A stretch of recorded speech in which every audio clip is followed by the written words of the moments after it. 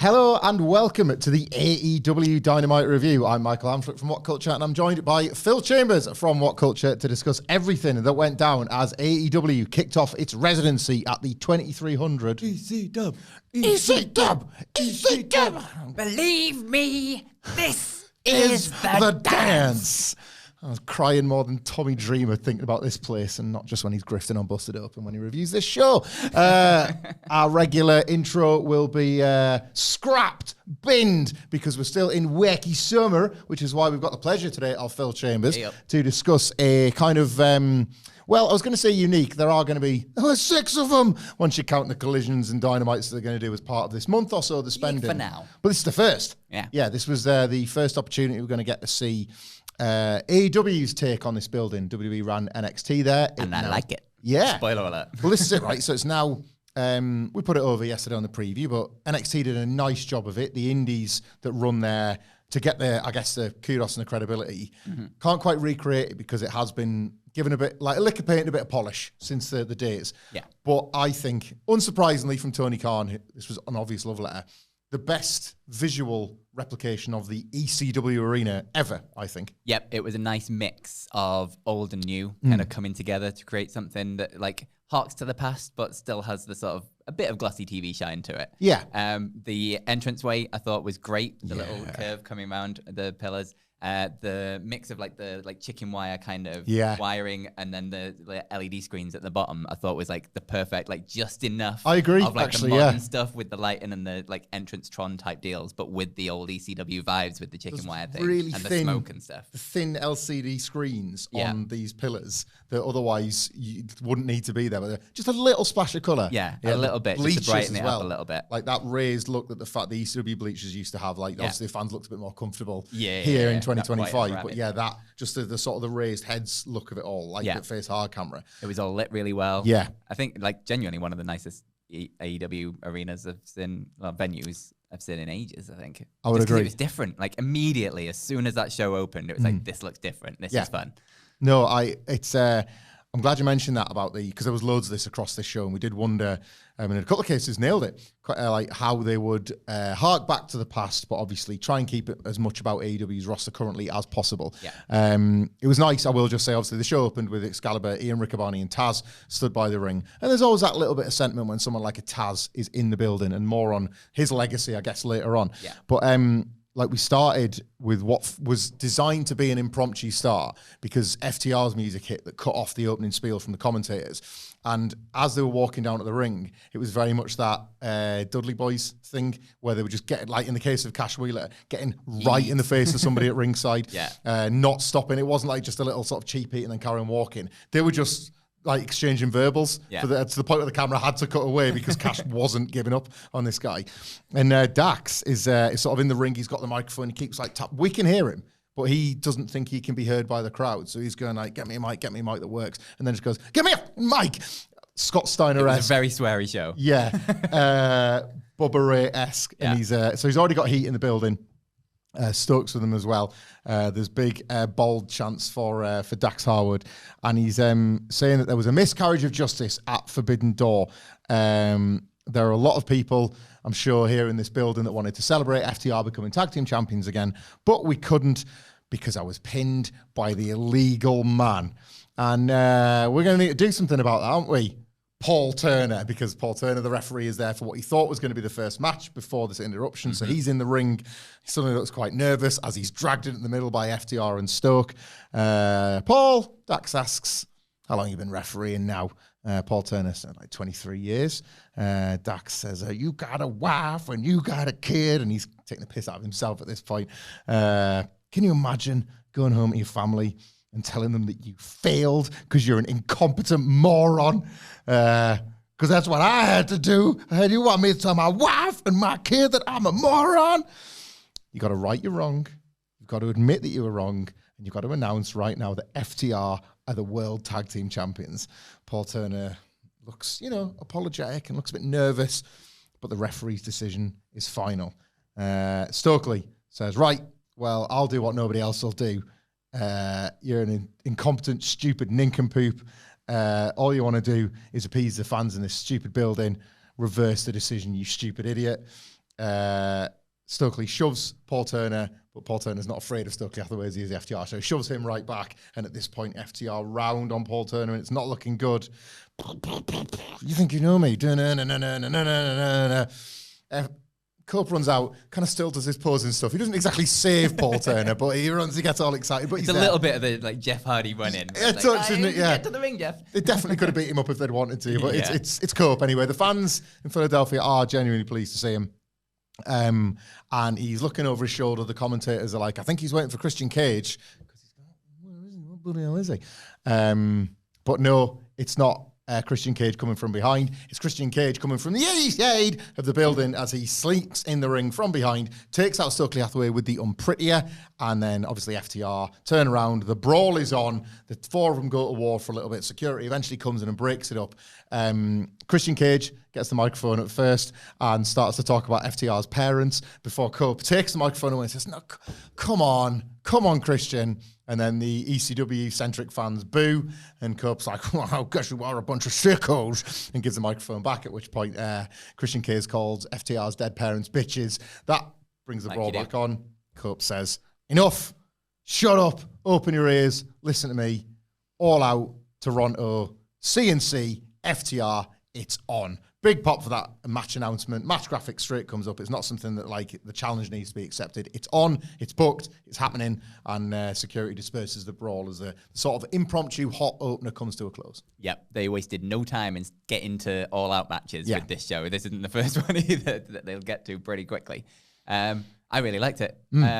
Felt like a good sense of urgency to it with like FTR coming out at the beginning. It set the tone for the show, I feel, of that sort of ECW vibe, but without sort of like winking at it, without like going all in on just ripping it off kind of deal. And yeah, got to the match that we all kind of want from this Edge and Christian thing. Like that's the one really. Like you've had like Christian's got his stuff out of the way, whatever, but this is the one you want to actually see, especially being in Toronto. Like it's going to be a great match. But I'm just really enjoying Edge and Christian, not Edge and Christian, Copeland Cage, CNC, as they are at the minute. I like the dynamic. I like the vibes. I like that Christian isn't giving up on being an asshole. Because they've never, like through their podcast days and things, they never shied away from the fact that Christian is actually an asshole. So it's like they're just playing on the real life like dynamic between them, but getting a chance to do it on TV now. And I'm just really enjoying them together. Like this is the most I've felt excited for Cope in a long time. Yeah, there was a bit of, I suppose, criticism, not unjustified as well, about how quickly they found their way back together. Yeah, it was a bit weird. Because you were rushing, like Cope said, go find yourself, but ultimately you're rushing the babyface turn of a very, very awful man as a heel in Christian Cage. Yeah. But I do think that it's a bit on the nose that they've just kept announcing it, but I do quite like that they've continued to lay out this thing of like, it's just a 1-for-1.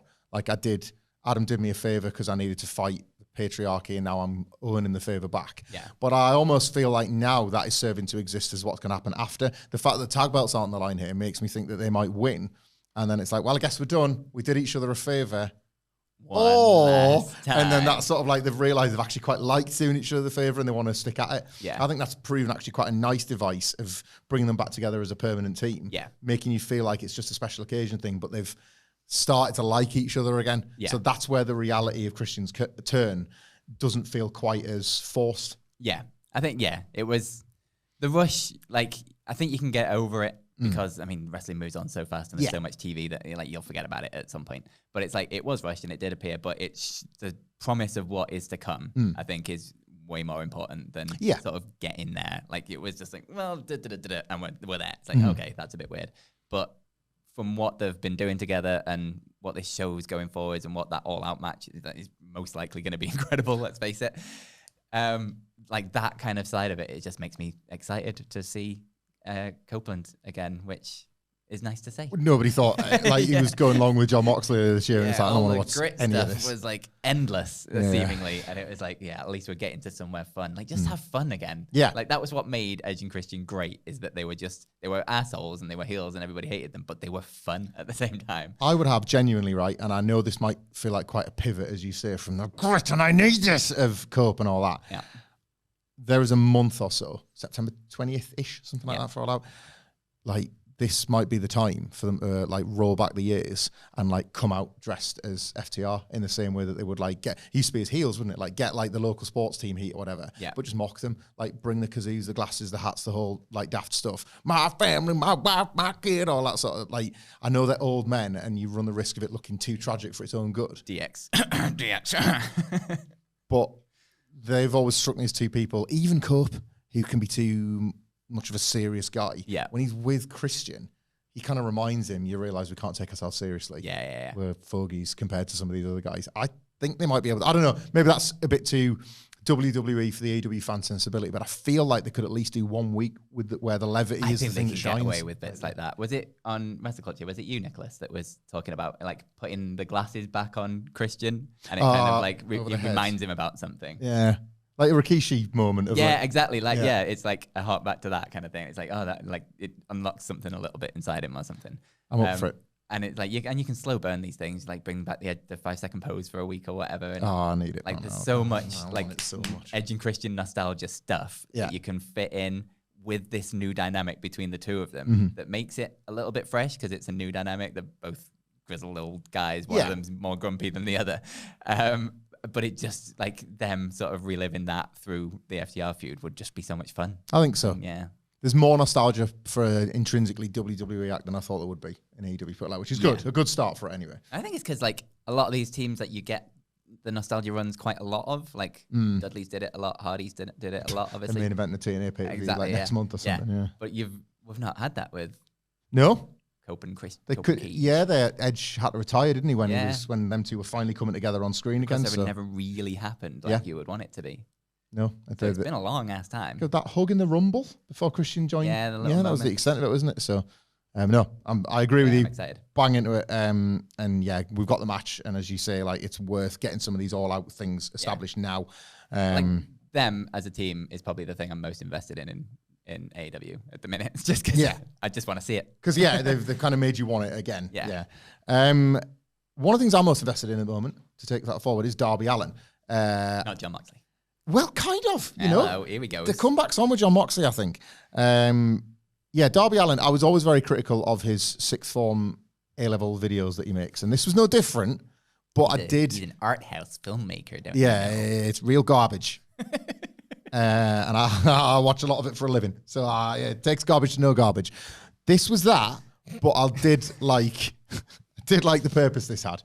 So, and I'll tell you why afterwards. I'll recap it first. Darby Allin getting to the goddamn point and building to all out. He's wrenching away at that ear that Moxley tried to fork off at Forbidden Door. And there's blood gushing out of it, and he's using the blood to paint something on a wall. And then as he's talking, the camera gradually reveals that he's wrote All Out, and then he's talking about how he wants to burn the Death Riders to the ground, and this big All Out painting painted in his blood, like sets on fire, and that might indeed tease what might happen between Moxley and Darby Allin, blood and fire and everything in their match at All Out. It's representative. That's where the art comes from. You're just not deep enough to read into it, I think. That's the stuff I find pure human garbage, Phil. But what I did like... It is very subtle, though. Well, very subtle. Maybe you just don't understand it because it is so subtle. Yes. That's the thing. It makes you feel stupid. Therefore, you don't like it. And is it not? It's a throwback to John Moxley's really on the nose original video where the big dog was kicking around and he was escaping a prison. So actually, if anything, it's long-term storytelling from a student filmmaker who should probably have left school by now. I sense not a student filmmaker, an astute filmmaker. Oh, to it too. I'm sensing a sarcastic subtext from both of you, but I've never known what subtext is, and I'm not about to learn now. Yeah. What I liked about this, smart, am I right? What I genuinely liked about this, away from Darby Allin's artistic sensibilities, is that the use of Everest, kind of for the first time outside of that, like badly placed video they used for the big All In thing, where he's just filming on his phone, then he's gonna. This is how he used the fact that this man climbed Mount Everest. You don't involve a beatdown of Will Ospreay, where all he needs to do is climb a cage when he's climbed a mountain, and he can't do it. Him talking about how like it's made him see life in a totally different way, how he saw the bodies and he wept like for this, like how grand and great an achievement this was, and how we all are on this life, on this earth for not very long, and you've got to make the most of all your moments. And what Jon Moxley was doing to people at the Death Riders' height of their powers was taking away people's moments. It was spliced with the shots of like Bryan Danielson getting a bag on his head, and other people that had tried and failed to win the title. Will Ospreay getting Pillmanized with the neck, and Darby Allin saying, I get what living is all about more than you ever could. I love it and I respect it more. And how dare you take that from them? And that's what I've gained from this life-changing experience. You don't climb Everest and then just blow it off. And I thought that was powerful use of it here to get his match. And again, we'll find out the answer and the follow-through from Jon Moxley as the show goes on. But yeah, the visuals were a little bit corny, but the messaging was strong. And he's climbed Everest. You can milk this titty as long as you want, and I don't. And it's giant, pointy snow titty, and it ain't gonna stop lactating, Phil. That's the thing about these giant, pointy snow titties. They don't stop lactating. We've always said that. New T-shirt coming to watch. Giant new T-shirt. Giant snow titties don't stop lactating. There you go. Yeah, write it down. We've always said that. They say that at base camp at Everest. That giant snow titty ain't gonna stop lactating. Yeah. So you got to keep milking it. That is the new kicking the dead horse, isn't it? We've always said it. Yeah, stops making money. Jon Moxley will give his answer after this match. But first, he's got Daniel Garcia. He's out with, this is good, he's out with Marina Shafir and Philadelphia's own Wheeler Yuta, who gets booed out the building, the FU Yuta chants, all that sort of stuff. I was quite impressed with this. So Garcia gets a lot of offense off Jon Moxley here. He's in charge for like quite large portions of the match, but very early on, Moxley goes for the eye, and basically Daniel Garcia, even when he's on offense, is constantly selling this eye. He's he's nursing it. He has to stop what he's doing sometimes, just like, God damn it. Like, to a point where he's got Moxley on the floor and he seats Moxley and has like running attacks at him. He's in charge. He's in control. But the eye. Moxley takes back over through the middle portion of the match, at which point Marina and Wheeler are like kind of trying to intimidate him. So Daddy Magic comes out and he sort of manages to chase those off, and it sort of evens the sides out again. But yeah, ultimately Daniel Garcia is still able to stay on top. Moxley seems like he's maybe still shaking off the scars of war from the match at the weekend. Obviously, because Garcia was just with Nigel McGuinness. To that point, there's several little tributes that he pays to McGuinness with his offense in this one. But as we go down the stretch, Jon Moxley is able to drill Daniel Garcia with a cutter. That only gets 2. He goes for the paradigm shift, which Garcia is able to counter out to grab a single leg crab. Moxley is able to get to the ropes to break from that. He's again trying to shake it off, and then when he does, he baits Garcia and hits him with a DDT on the steps. That's finally the first point at which Mox is able to establish any sort of dominance out of this. He gets back in the ring. Paul Turner's starting to count out Daniel Garcia. Garcia makes it back in at 9. Garcia gets a roll-up for 2. And gets a sort of desperation dragon screw, but Mox is able to sit into it with a cross-arm breaker. Garcia reverses that into Red Death, wrenches all the way back, but Moxley's able to escape that. Garcia gets a pile driver for 2, but kind of in the chaos of kicking out the 2, Moxley just simply grasps Garcia in a small package, gets the 3 count. It's quite similar to how Zach rather abruptly wrapped up Nigel McGuinness at the weekend, which I thought was quite a nice callback to here. Garcia's beaten but not out. Again, still nursing the eye, still nursing the pain of it and that, but he's stood and whatever. And that matters because after the match, Moxley looks like he's going to speak, and instead he just hands the mic off to Wheeler Yuta, and he goes to the floor and he kind of gets into some sort of quite heated discussion with Daniel Garcia. Yuta takes the mic, gets all the heat, and simply says, Darby Allin? Nah. The Death Riders go to leave, but not before Moxley seems to have like really gotten into Garcia's face about something. And when the Death Riders bail through the crowd, Garcia leaves through the exit. He kind of wants nothing to do with Daniel Garcia, with Daddy Magic, and nothing to do with the camera either. He sort of storms off quite annoyed maybe with how things are at the moment. Yeah, I like this. I think outcome, we all expected Jon Moxley to win. Yeah. But Daniel Garcia looked really strong throughout the match. Like he was in control for quite a lot of it, really. Yeah. And intriguing, just the stuff like these are the kind of story beats I like. That's just like what is going on there that makes you want to see where it's going. So I really like that kind of stuff. The Wheeler Yuta stuff. I mean, we'll get into that more in a sec, I guess, because he's got more to go. But with the match, like my main thing with Dynamite quite a lot is, I mean, what I said on the the preview show that like I kind of fell out of watching Dynamite a little bit. Yeah. And obviously I fell out of watching Collision quite a long time ago. Let's face it. Who didn't, buddy? So there is always, when I dip back into Dynamite, or even when I was watching Dynamite full time, there was never anything that really told me what was going on Collision. So the few times when these people like do cross over between the shows, it's basically like if you're just watching Dynamite, as far as you're concerned, Daniel Garcia has been missing from TV for ages and never really mentioned. And then the pay-per-view and then this. And it's like they need some way of telling, like, I know we diss WWE quite a lot for the amount of like video packages and stuff that they use and the recaps things, but they're kind of there for a reason. Like if you did miss SmackDown, you still get bits of it on Raw. There's always been a compromise. They're informing what you're about to see by giving you that little bit of history, and that's the thing that AEW has always missed out on. So for me with Daniel Garcia, I think it fell into that kind of a trap. If you haven't been watching Collision, it's almost like, well, why am I caring about this guy who's just come out of nowhere? But I mean, it's something that they could address, but it doesn't feel like they ever are going to, because they never have, and it's been a problem for a really long time. Tony Khan can keep it in his head, so in his mind, everybody else in the audience can keep up, basically. Yeah. And not everybody has that much time. There's a hell of a lot of wrestling to watch and life.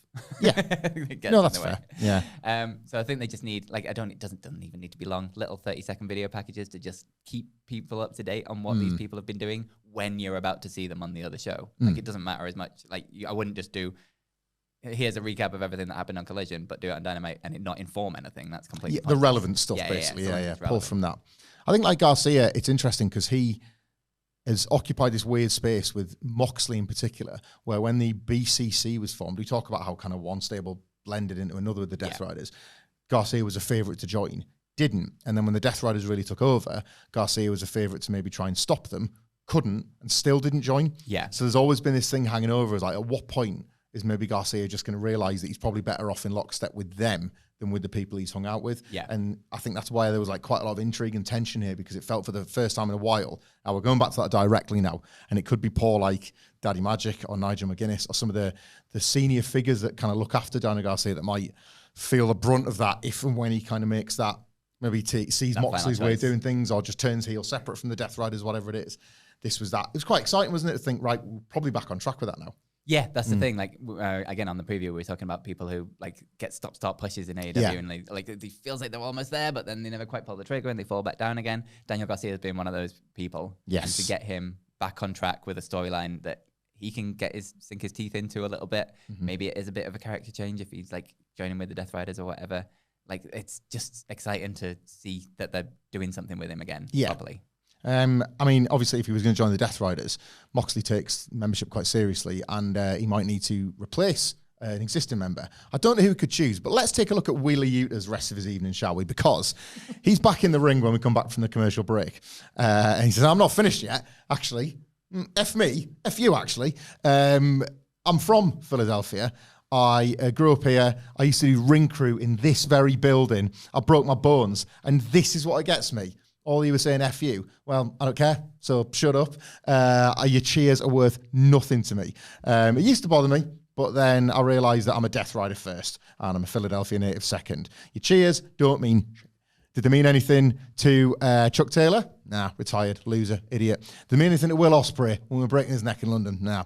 What did it even do to get cheered if you were the American Dragon, Bryan Danielson? Nothing. Took him out. Dunsky. I slayed the Dragon and I replaced him. Huge heat at this point. He's just clearly really enjoying himself. Lights go out, ECW style. For a change, actually relevant when Tony Khan drops the light. Because we get the H symbol reappear. The new music plays that's been used in the vignettes in recent weeks. I forget what it's called. Something like Hey Girls, I'm Back in Town or something like that. It's replaced the Action Bronson one. I like it, actually. Tell all the girls I'm back in town, that's it. And it's Hook. The cold-hearted handsome devil is back. Looking bigger than ever as well. He looks good. He comes back to the ring. He sort of circles the ring for a little bit, takes his time, hops into the ring. Yuta charges at Hook, and Hook just catches him with a red rum, drops him with, like, it was a running forearm smash, but actually looked a bit like a Superman punch because he kind of gave up a spring in his step. And Yuta rolls out to the floor. Hook gets a massive response. AEW are on fire with T-shirts for the first time in the history because they released an awesome range of ECW-themed ones, and then they advertised a new Hook T-shirt, which is just a tribute to the old orange Team Taz one with the T, just a big old H. Yeah. I mean, a broken clock's right twice a day, isn't it? They've done it. They've finally done it. Good T-shirts. Finally come around. Hook is properly all the way back. Yep, like it. I was going to say in the first match, but like all the way through this episode, I don't know whether it was just the building and people were trying to like live up to the building a little bit. Yeah. But everyone felt like they were on top of their game and having fun with it. Yes. And like playing into it. Like the first match, obviously John Moxley's going to do like some kind of hardcore things, but it was like definitely playing into it. Obviously in the last match they did, but like all the way through, it felt like people were just trying to get into that ECW vibe a little bit. Like they bought into the idea of the building or whatever. You had a real glint in his eye to be getting the chance to do this. Yeah, like the FTR promo at the beginning. Yeah. Wheeler 100% in this. And I just kind of really like that. Whether it is the building or something else or just this, it's like... Well, who cares, right? If it works. If something happened that felt like it was bringing everyone's A-game out of them. Yeah, I agree. And so, I just really like this. Again, the amount of heat being thrown at him. The crowd sounded great throughout this entire episode. Obviously much smaller than like the Forbidden Door crowd or anything like that. But the way you mic up a crowd in a smaller building like that, just everything feels like on top of the action. Like you can hear people a lot better. Like the FU chants in like 1,000 people is going to be a lot stronger and more noticeable than like 10,000 people. There's actually a guy's voice in like the third row or something. Like exactly, he's saying that. Yeah. So I just really, really like that vibe. And I thought Wheeler Yuta was really good in it. We said on the, not to go back to the preview show again, but like people not quite, like the Death Riders in general, not quite elevating people to the extent that you'd think they probably should. Yeah. This kind of felt like Wheeler Yuta elevating himself a little bit. I would agree there. Yeah, it's like if nothing, even if it's just for the segment or to lose a match to Hook or to potentially have his role in the Death Riders questioned for Garcia or something. Yeah, felt quite integral all of a sudden, didn't it? Yeah, 100%. So just really liked all of it. From people in the building taking advantage to MJF, who was cutting a promo from the post-match back in the O2. He kind of references that. He says, you're here for your typical post-match MJF interview, are you? Not this time. I'm not going to sit here and be cocky after what went down out there. Everybody here proved me right. I bled buckets and all you did was chant, you deserve it. Hangman does the same and they chant cowboy shit. Then you get Mark Briscoe coming out to interfere. And he cost me the match. He cost me the World Heavyweight Championship, and apparently I still deserve it. Hangman hits me in the head with a contract, and apparently I deserve it. What's going on here? Now, the next thing I find out when I get backstage is that Tony Khan tells me I can't even execute the contract the way I want to do. I've got to give notice. Look, there's only one person that's going to take the title from Hangman Page, and it's going to be MJF. When I sign my contract, it won't be for a match. It'll be to take your soul. My name is Maxwell Jacob Friedman. And when I'm done with Mark Briscoe, I'll prove that I'm better than you, and you know it. We'll get a bit of Briscoe later on, but as expected, really strong stuff from MJF here, wasn't it? Yeah, I remember, and I regret deeply that they never got back to this, but I remember immediately after the CM Punk MJF feud concluded with their dog collar match, MJF put a little line in there saying, like, one day I'll ruin your life. And obviously they seemed to start that story when he returned when Punk was champion, and after Brawl Out, they could never finish it. This had an echo of that to it. Yeah. MJF's going to go away, but he's not going to go all the way away. Yeah, and you get to be nervous on Hangman Page's behalf about when he might crop back up. Yeah, and how that might appear. Just good stuff from MJF. Like, classic MJF, really, which is like something maybe been missing a little bit. We've had a bit of that, I would say, this last few months. It's felt like the old guy's back in. But that, just screamed classic MJF promo kind of thing. It's like good stuff. Good stuff. Women's division stuff. I mistakenly misread yesterday there were going to be 2 women's matches. So I thought the reason this was going on... excited. I know, going on fairly early that we had this tag team match. It was the only women's match of the night on Dynamite, as is tradition. But it was a good one. Megan Bayne and Penelope Ford versus Kris Statlander and Harley Cameron. A runoff from the 4-on-4. I thought this was really fun. Yeah, me too. Bayne... I continue to put over as somebody that is like already feels like the real deal.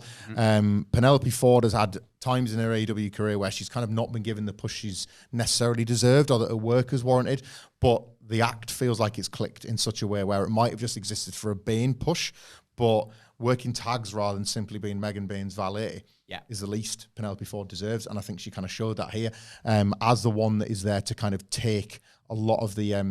ultimately the grief from the babyfaces when the babyfaces are getting their shine, but it's the way that preserves Megan Bayne as the threat. I thought they're like a really great heel tag team act.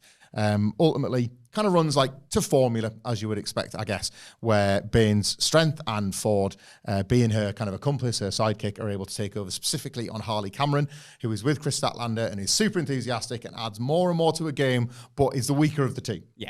So she takes a lot of the grief. She was really good in this, though. She was terrific, she was quite smooth in a lot of things, and like she's coming on like really, really quick. I would say she is somebody like AEW historically, up and down the roster, has struggled from lack of reps, but I feel from back when she was hanging out with Saraya, Harley Cameron improves on a match-per-match basis. Yeah. It's like she's having secret house show matches in the week or something, and then she builds match on match on match. It feels like it's gone almost in sequence in that regard.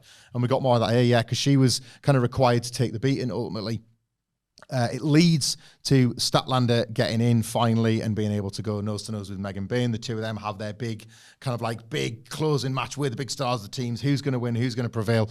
And ultimately, I think it's Megan Bayne trying to, what was it? Oh, no, sorry. It was Megan Bayne ultimately trying to go for a big finish on Kris Statlander, but that took Bayne out to the floor. That gave Kris Statlander the opportunity to take over on Penelope Ford, who ultimately taps out to Statlander. Statlander and Harley Cameron are victorious. In the aftermath, you get the Bayne-Statlander brawl where they keep fighting.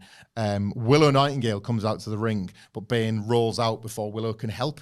So you're left with the awkwardness of, I did come and help, but I haven't really done anything. And then Harley Cameron slides in the ring and hugs them both, as if to illustrate they're fine, but the kind of two top baby faces aren't fine yet.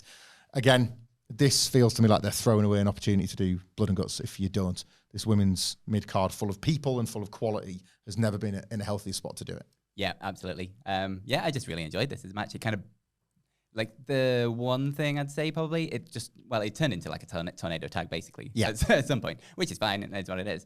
But the one thing in AEW that I've always thought they could do more with is rules.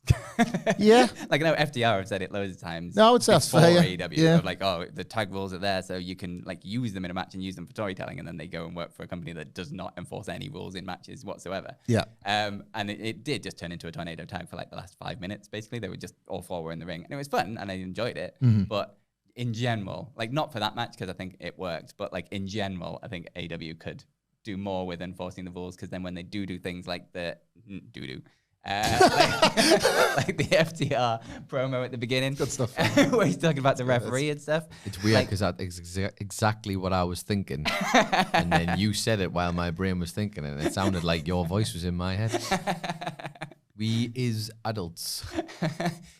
So when they do things like the opening promo with FTR where they're talking about the referees and things, like when things do go wrong in matches, you can do a lot more with it. It gives you it's another layer of storytelling that you are just losing out on by never enforcing it. And you can't pick and choose when it comes in. You've got to be even with it throughout everything, or it doesn't work for me. You've put something in my head there, because there was a little while where when MJF was obviously trying seemingly to get into the Hurt Syndicate, and whether it's a plot or a ruse, at this point I don't really know, there'd been quite a few teasers about the Pinnacle. Like him and FTR specifically had made references to things that felt like they were callbacks, and are they working together behind it? What's going on there? And it's just interesting that you say that and highlight that on a specific week where FTR call into question refereeing credibility after that specific finish played out with MJF and Hangman Page. Yeah. And he's saying, hang on, I've been screwed here. What's going on? Yeah. I wonder if down the line that might, like those things happening on the same episode might not be an accident. Yeah, potentially. And I think they'd be better off for it. Yeah. It's part of the vibe. And I get it if you happens. prefer it where you're just like, you just like go with the flow and like a little bit more leniency in the referee, and it's fine. If that's the vibe, that's the vibe. But personally, I just think you're missing out on quite a lot of storytelling devices by not doing it. No, I think that's fair.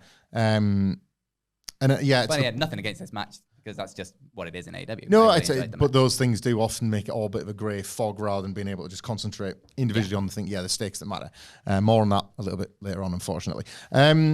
Renee Paquette is in the ring next. She's got there's balloons in the background. She's got like a long table, and there are 8 championship belts on the table because she's here for the Mercedes Moné title celebration. And here is the CEO herself. She's wearing the TBS title because all the other ones are in the ring. 9 obviously. Belts, Moné, get it right. Well, say hello to the 1, 2, 3, 4, 5, 6, 7, 8, 9 CEO. It's 9 belts, Moné. She's here to celebrate. She's not done enough though. Ultimo Dragon had 10. Yeah. So she wants to be Ultimo Dragon. Hey man, you seen who else is belt collecting of late? Millie McKenzie posted a picture. Hello. Where she's carrying like 6 or something. Let's do it. All belts on the line. One match. A 15 belt match. I want that. Never been done before. I want that. But yeah, so she was basically kind of like calling her next shot. Any woman that's got a title out there, she's coming from you. She's coming for you, and you will love the taste of money. And like, who's to doubt her? Like, she's worked so many, not just in claiming these belts, but she has rocked up at like a lot of indies and is seemingly. And this is the entire reason she wanted to leave WWE. I think like, so, she wanted to wrestle in Japan. She wanted to wrestle for all the indies things that she never really got the chance to. And why the hell not? Like, go do it. Live your best life. Yeah. She's doing it. And she's kind of turned it into a gimmick at the same time as well. She talks about the win at Forbidden Door, but then Renee says, well, you didn't mention Alex Windsor. And like, she was pretty close to tapping you out, I think.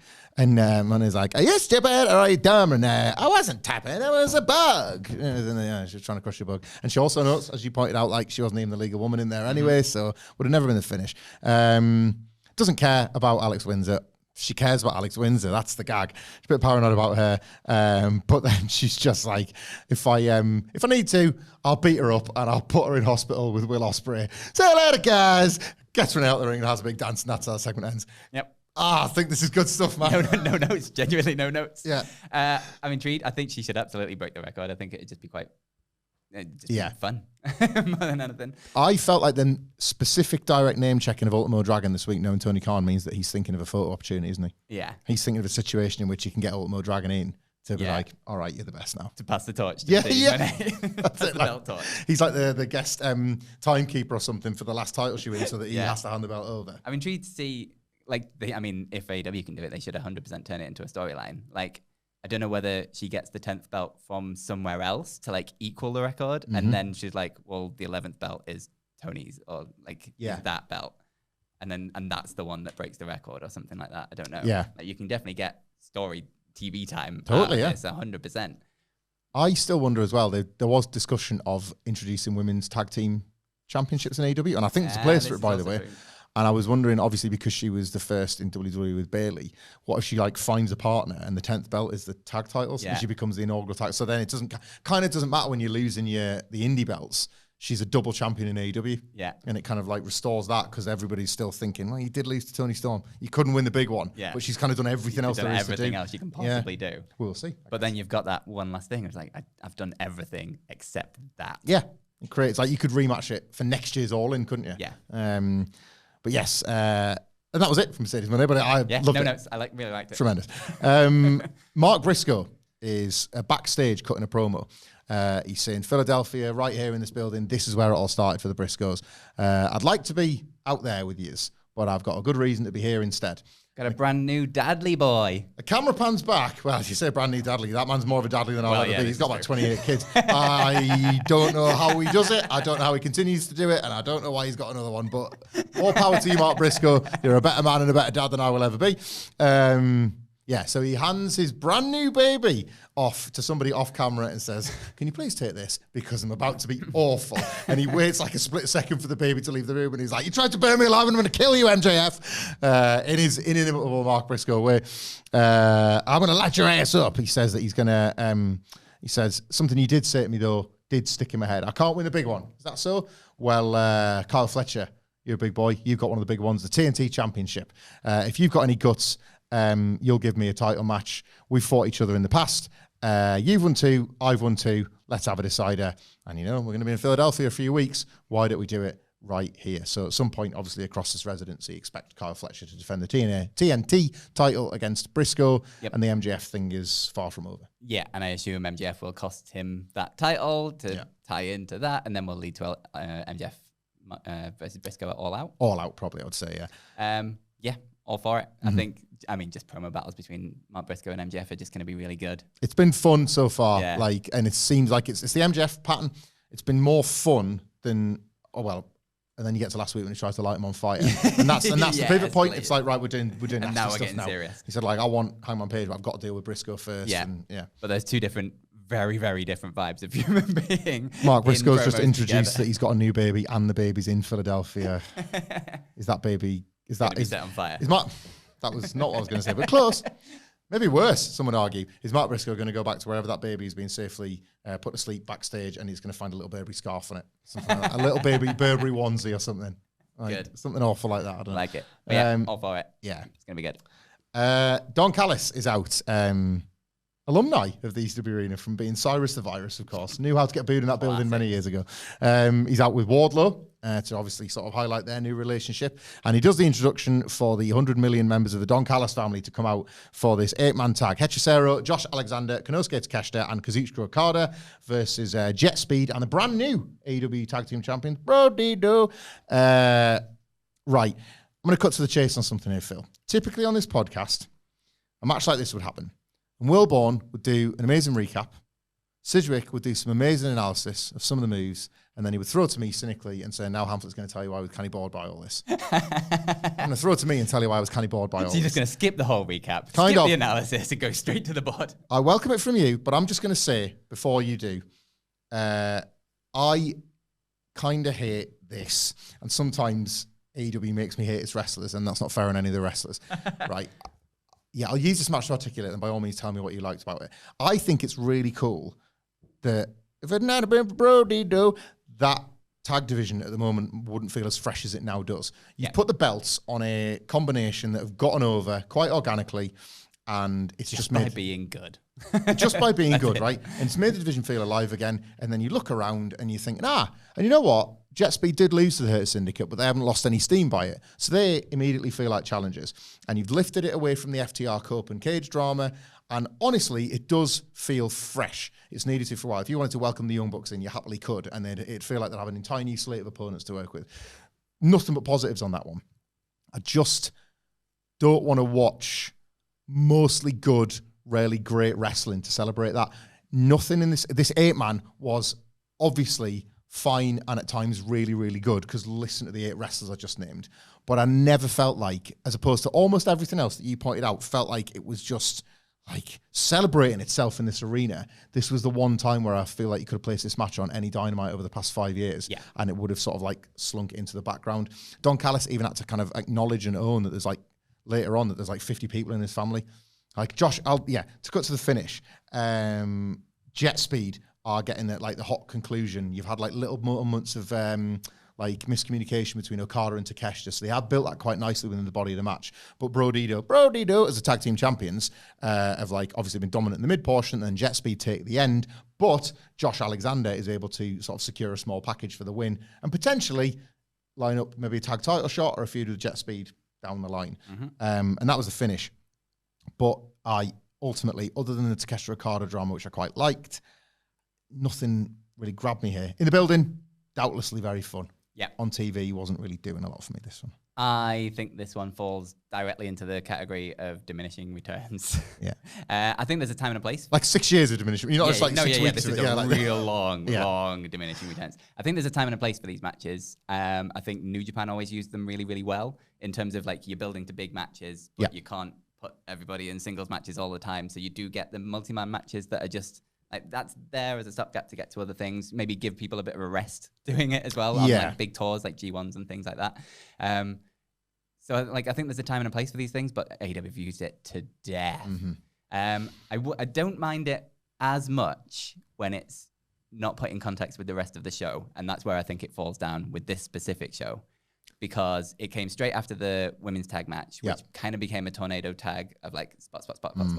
Then you had this, which is, I mean, these matches are built around spot kind of things, like fast-paced, and they're incredible at it. Don't get me wrong. I've seen it 1,000 times, but they're incredible at it. I don't know it's a ticket seller, because if you're in the building, you're having a good time. Exactly, if you're in the building, it'd be a completely different thing. But I have no idea how they put these things together and remember all the spots. Like, genuinely baffles me. I don't know how you do it.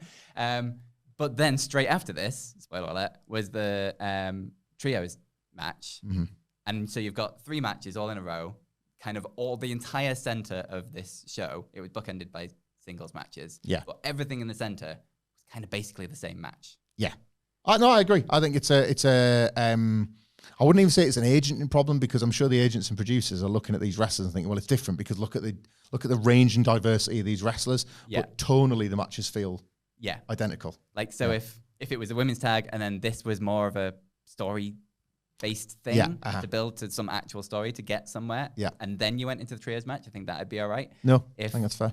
Like obviously, I think you needed the singles matches to be where they were on the cards just because of the layout of the show and what the matches were and things. But if there was like something else in the middle of these two, it wouldn't have been so bad. It was just the fact that it was just 3 back to back to back to back. Your criticism speaks to my notes because I've got my notes ahead and I can't see it yet, and I'd actually forgotten the trios match happened, and I had it in my head of where we were going to next and then what we were going to after. It just all rolls into one. Yeah, and that's the point with doing so many of these matches is like you're never ever going to remember them. No, because you've seen them 1,000 times. Yes, I think I think that's been a problem with Collision as well. Yeah. Like even when Collision becomes this like bit of a work rate darling show, it's like, well, you are only going to draw over a certain portion of people, and maybe that's fine. By the way, don't sell your values and your principles out. But I think we agree with one another on this one. I think some of the comment section might disagree. Would be nice about if you're going to do so, but I think you've especially laid out there why it can be a problem structurally for these kind of shows. Yeah. And to the point, right? So they announce All-Star 8-Man that we're going to get to off the back of this brawl.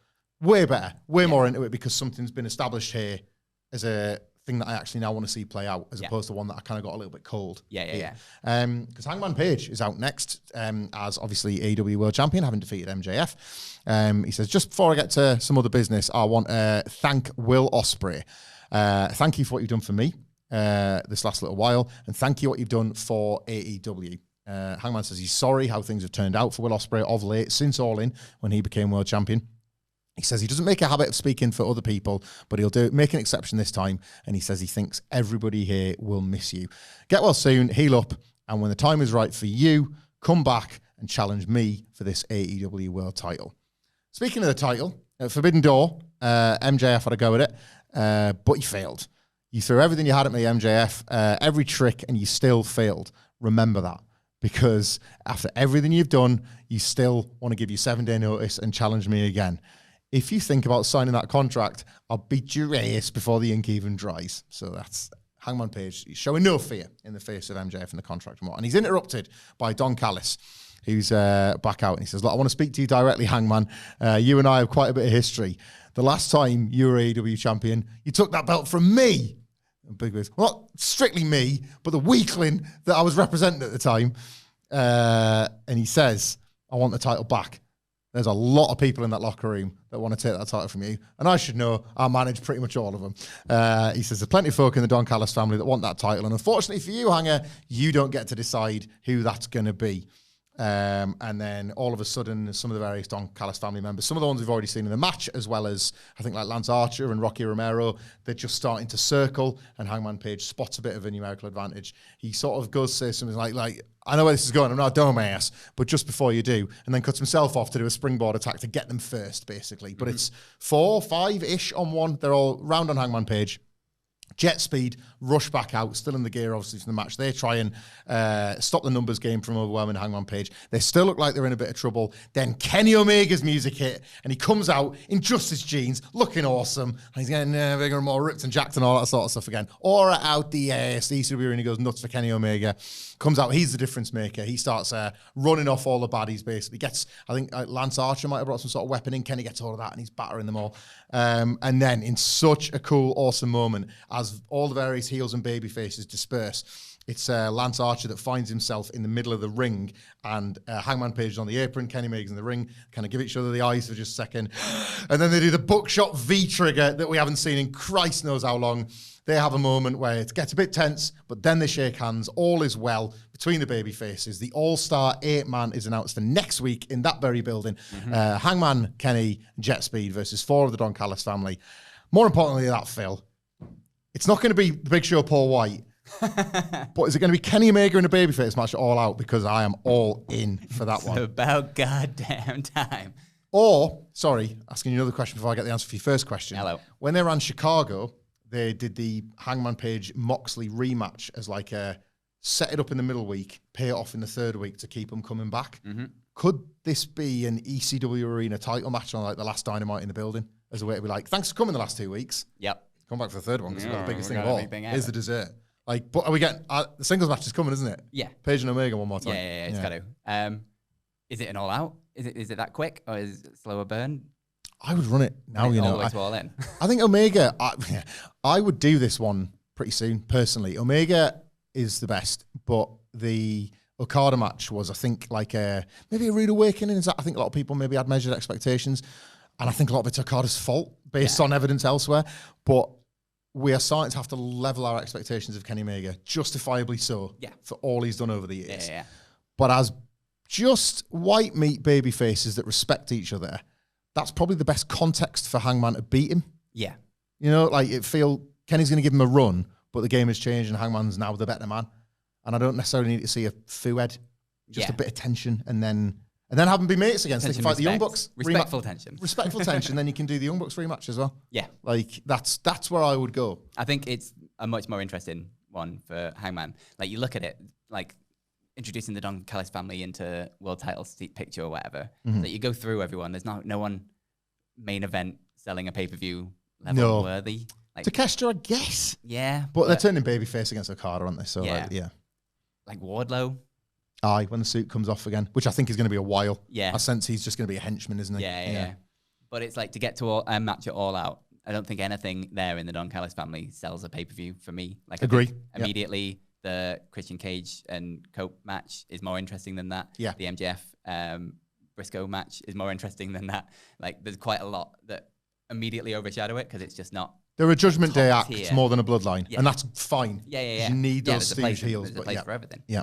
But the Kenny match immediately sells whatever the hell you put it on. Like, that's instant sell for me. Big in it. Yeah. And I mean, you look at the Okada match. I think putting him up against Hangman Page, like prime of his life, top of his game, is a completely different beast. Yeah, the dynamic for this version of Kenny Omega. Totally. And Kenny's smart. Obviously, he's incredible at this. Yeah. He knows when to play into my body's shutting down. I can't do this as much anymore. Yeah. And that's the perfect time and place for it, is not only going out and putting on a great match, but with one of his friends who he's got this storied history with, going back years and years now.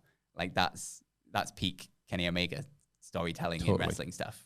Callis being the conduit and starting this whole thing off by calling him a weakling and not even name checking. He's like, I'm not weak and pinished, Hangman. Like, I know I've got this bad stomach from the old Divo, but like, I'm not totally completely done. Nah, it was as cool to get the match teased as it was to see them just reunite and be mates. I loved all of this. And the pop for the V-Trigger. I was gutted. Buckshot V-Trigger being back. It was good stuff, this. Toni Storm and Mina Shirakawa are cutting a promo outside the ECW arena with another throwback here, because Mina Shirakawa says she wants to dance atop the building, which is a callback to, for those that don't know, Kimono Wanalea, different time, once did a striptease when the ring collapsed. I think it was Hardcore Heaven 1995. And Paul Heyman was like, want to go dance up there for a bit? And she was like, you got it, boss. Different time. This is the dance. Different time. But a nice little reference that anyway. Mina Shirakawa thinks she can beat Athena for the Ring of Honor World title. Toni Storm says, you broke Mina Shirakawa's hand. How is it, Mina? Mina slaps her hard across the face and turns on, I think it's good. I think we're good to go. They give Athena and Billy Starks a big, one of them. And there's something in there about how Athena's had 68 defenses, and Mina says she's not going to 69her. I don't get that. Don't know. I think that's another one. Like, it's art, probably. You can't read into it as much. Is there a subtext there? Yeah, it's all back to the subtext again. If only Sidgwick was here. I'll write that one down. He could just explain it to you. Yeah. But obviously, we're all clueless. We're just thinking that. It must be an American sporting phrase. Probably, we're not going to be 69'd by a 68. Atlantic divide thing. These numbers different, aren't they? I'm confused. We go to the trios match. But no, liked it. Toni Storm's weird. Sorry, Good fun stuff. It was, the match it's going to be for Ring of Honor, that I think is taking place in ECW Arena. Yeah. So it's going to be, that's like probably going to be the main event of that Ring of Honor pay-per-view as well. Yeah. Trios titles, as you pointed out before, Opps versus Ricochet and the GOA. I don't like the Opps, and it's not their fault. I was present to see them in person at the weekend, and Joe is one of the best live wrestlers ever. Shibata has obviously got that Shibata aura, and Powerhouse Hobbs is somebody that they have, like, not completely blown. Faint praise, but he's another one that has been through the mid-card meat grinder, and he's in good health, I think. I just don't give a toss about them as a TV act. This was fine. This was absolutely fine. Look, the match is a match. You've seen it. All the wrestlers do the moves that you've seen do a million times. Like Joe has the dominance. Ricochet was pretty entertaining, I would say. The GOA is still rough around the edges, but Ricochet and this act is going to be what gets them through. I think the kind of the stage they've been at for a long time now. There's a point where Leona just absolutely destroys Samoa Joe with his tackle, and Joe like really bumps hard off it as well. So they did a good job of it, illustrating the power that the two had, that's made them Ricochet's henchmen, basically. But MVP arrives on the scene around the finish, looking to get revenge on behalf of the Hurt Syndicate after Ricochet and the GOA screwed them out of tag belts at the weekend. He smashes Ricochet with his cane. That knocks out Ricochet completely cold. More on that in a second. Shibata gets the penalty kick. Hobbs with the spine buster, Samoa Joe with the Kikina clutch, and Ricochet is out like a light for the Opps to retain. After the match, the GOA try and pick Ricochet up. At this point, we heard people hits, and they look to the ramp and just drop Ricochet, and he just goes down like a sack of spuds. He is out like a light. So he can't help as the GOA hit the aisle because Shelton Benjamin and Bobby Lashley are there. Now, try and wrap your head around this. Shelton Benjamin and Bobby Lashley look really dominant and kick the GOA's ass all the way to the back. I know the Hurt Syndicate are not typically booked that favourably, but I have a sense I think I might know which way this feud's going to go. Match-wise, everything we said in the last match, I can't remember anything from it. Yeah. And I watched it this morning, which is never a good sign. I'm sure the match was great. It just suffered from the spot of being straight after two other things. On Dynamite. It's rarely bad. Yeah. Rarely bad. Yeah, I'm no way saying it's a bad match or anything. I just, because we'd already gone through all of those other tag matches, it's just blended in kind of thing. The Opps I also don't get.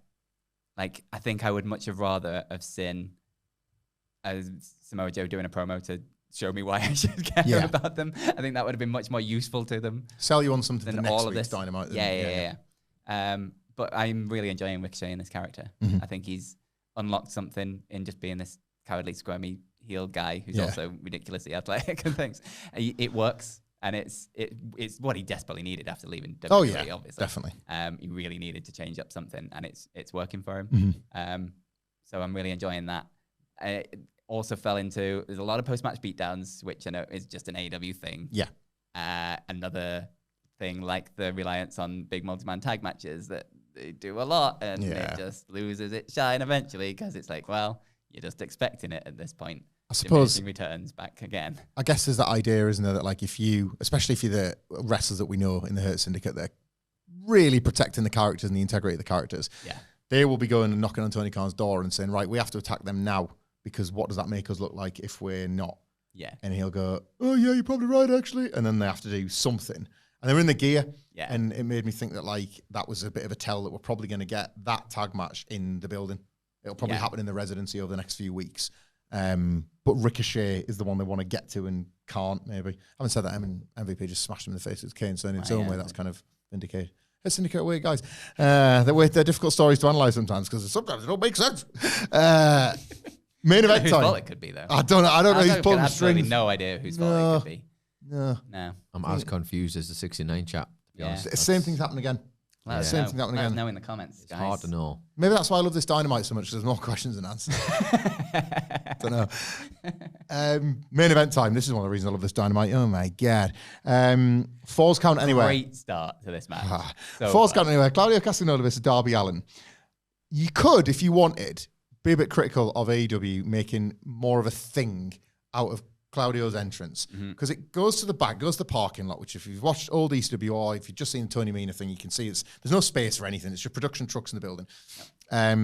Where Claudio is lit somehow between two trucks. And you could be a bit of a cynic and be like, bit showy in it, but no, it exists for a purpose. He set his own little hard lad walk to the ring. But Darby Allin has forecast that hard lad walk and jumps off a truck to attack him. And the brawl is just immediately on. Perfect start. Unbelievable. Falls count anywhere. And 2 seconds later, he's slamming him through a TV.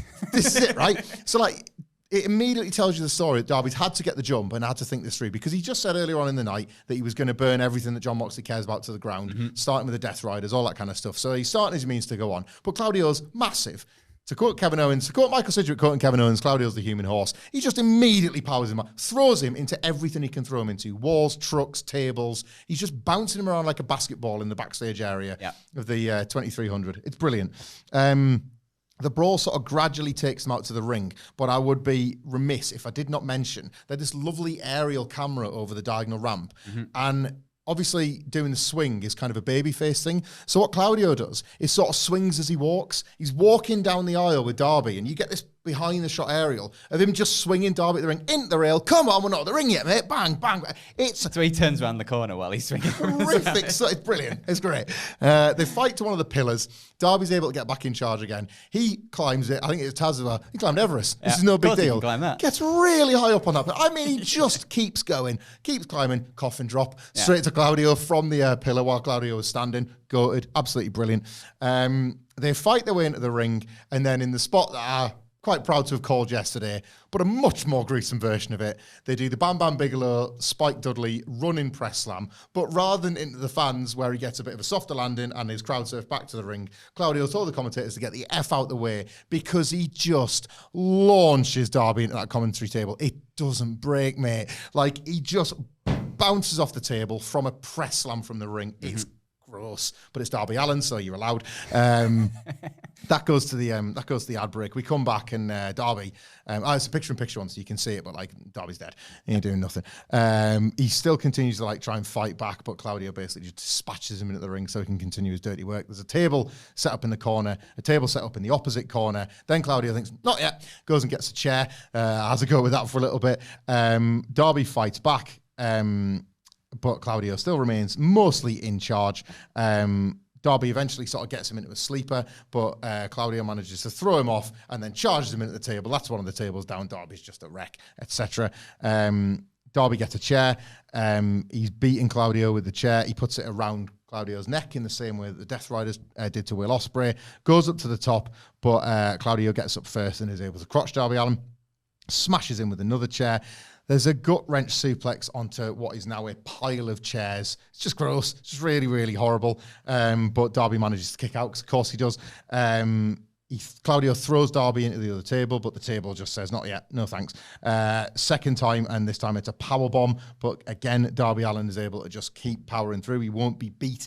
Claudio kind of has a bit of a look around, throws Darby Allin into the corner, but Allin lands on his feet and returns with a double stomp. That finally seems to actually do some damage. He charges at Claudio, gets cut off, but Darby Allin goes to the eyes. Should point out he's worked the entire match with just this cartoon bandage on his ear. It's huge. It's like that, obviously, partly because of what John Moxley did, partly because of his blood art, I would guess. It's absolutely massive. But like, he shows no sort of sign of any suffering the pain of it, because he kind of manages to get out of the way of a Claudio charge, and it's the point at which Claudio hits the steel. Darby gets a code red, hits a coffin drop, hits another coffin drop, and gets the win. Darby Allin defeats Claudio in just a completely breathless falls count anyway match. Quick post-match, because it was quite quick. Gabe Kidd comes out after the fact and attacks Darby Allin. Surprise. Yeah, the Death Riders arrive. But Darby sort of tries to no-sell the attack, just constantly targeting John Moxley. And Moxley cannot really seem to get a handle on him, and they play up to that. It's like Darby, fearless, completely fearless, and Moxley can't seem to fight back. Allin throws John Moxley into Kidd, and then like sort of manages to sort of escape the ring. Kidd chases him through the crowd, and John Moxley's kind of left looking like he's sort of holding his own dick basically in the ring as it goes off the air, playing Darby Allin's music with just detritus and a fallen Death Riders around him. It's like the babyface said he was going to do something, and he's kind of started doing it. Yep. And there's a common denominator when a lot of people suddenly become your favourite wrestler. But for a change, I was into a Claudio match, and that's what happens when somebody wrestles Darby Allin. This was unreal. Yeah, absolutely great. Perfect ending to the show. Perfect beginning to the stint in the ECW arena as well. Right from the get-go, you knew it was going to be great. Like, you assumed going into it with Claudio and Darby and in the ECW arena, you know they're going to get a little bit done with it. Yeah. But straight from that jump off the truck at the beginning, it's like, well, here we go. This and then is the tone. Relentless all the way through. Just escalating. And yes, so much fun. Darby Allin has this ridiculous ability to just make you feel sorry for him, just by the sheer fact of you do, because he's putting his body through goddamn hell for your enjoyment kind of thing. It's he's incredibly unique as a talent. I don't think anyone else pulls it off quite the same way. No, like maybe Jeff Hardy did years ago. Yeah, no, like he had the same kind of ragdoll, like for like, ragdoll bumping kind of thing, but never bit of Sabu in there as well. Yeah. I'm just gonna keep going regardless of what this is doing to my body, kind of thing. But like completely unique in the way he packages it all together, and yeah, it was just great fun. Non-stop action. It was non-stop action. The visual at the end was perfect in terms of like the whole show felt like, well, Forbidden Door's done, reset, get to all out. And that, it's like a statement of intent of this is. But like table sets are sometimes a bit boring. This was not that. No, not at all. And it like Darby Allin felt strong. Death Riders felt weak at the end. It was awkwardly, it almost like Jon Moxley, if he could have had his choice, wouldn't have had the show go off the air. Yeah. But I like that. Yeah. I thought that was very effective, as this man's used to have total control over this place and he's lost it. Yeah, now he's lost it due to this one guy that's like setting it all apart. Yeah. And just the ECWS visual of stuff everywhere. Great. I really liked the like second table spot when like Claudio went to throw him through it and it didn't break and he just immediately gets him into the powerbomb. It's like, no, you are going through. Yeah. It's like making the best of something going a little bit wrong. It was like seamless in terms of you are going through this, you will die. Darby Allin is that. I've never really played these before, but my kid got into playing one of the Kirby games on the Switch a couple of years back, and there's this thing where you can go and test your weapons against this like it replicates one of the villains, but it's just a sandbag, and you can just test the sword and whatever. And it kind of like the way it folds, they've animated it in such a way where it does feel like limp and quite loose. When Darby Allin goes, supposed to go through a table, but instead just hits one. Yeah. The way he just like sort of makes himself look limp. And he's like, well, this is 10 times worse than that was going to be. So I'm just going to like flop up against it. Like that. It's like there's some dead fish about it, but I love that. It's unwrestling-y. Yeah. And then the just desperation finish for Darby Allin, like everything from the monkey flip to where he landed on the top to the stomp, like onwards, and then the like coffee drop, I'm gonna goddamn do this again. Like the desperation of I'm just throwing stuff at him in the vague hopes that it's gonna beat him was just perfect after what he went through in the rest of the match. Really, really good.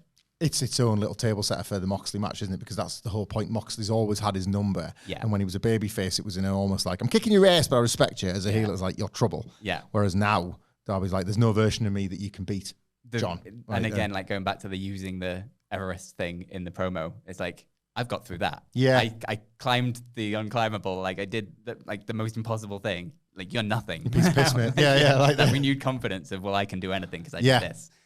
It's going to inform a lot, I think. And presumably, we didn't get the confirmation, obviously. Moxley, I wonder now if that'll be a bit of a hook that Moxley won't give him the satisfaction of the match. And Darby, over the course of this stretch at the ECW Arena, has to earn it somehow. Yeah. But I guess we'll see how that plays out in the weeks to come. Let us know your thoughts on Dynamite at WhatCulture WWE on X, where you can also find Phil Chambers at Phil My Chambers. You can find our brilliant producer, Adam Nicholas, at It's Adam Nicholas. I'm at Michael Hamflett.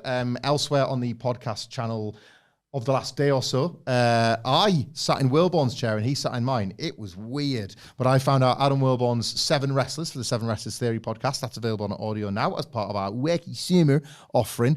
Is the video going out soon? Video will be coming out very soon. The video version, if you want to be freaked out by me and Wilborn switching chairs. We'll be back tomorrow with a SmackDown preview and Wrestle Culture with, if I can be asked, the hashtag Bloody Good Quiz. And until next time. And a song, definitely. There's not going to be a song, but I might try and learn some French for Clash in Paris. Anyway. La Vie en Rose. There you go. There's a song for you. It's French. Until next time, we will au revoir. Nope.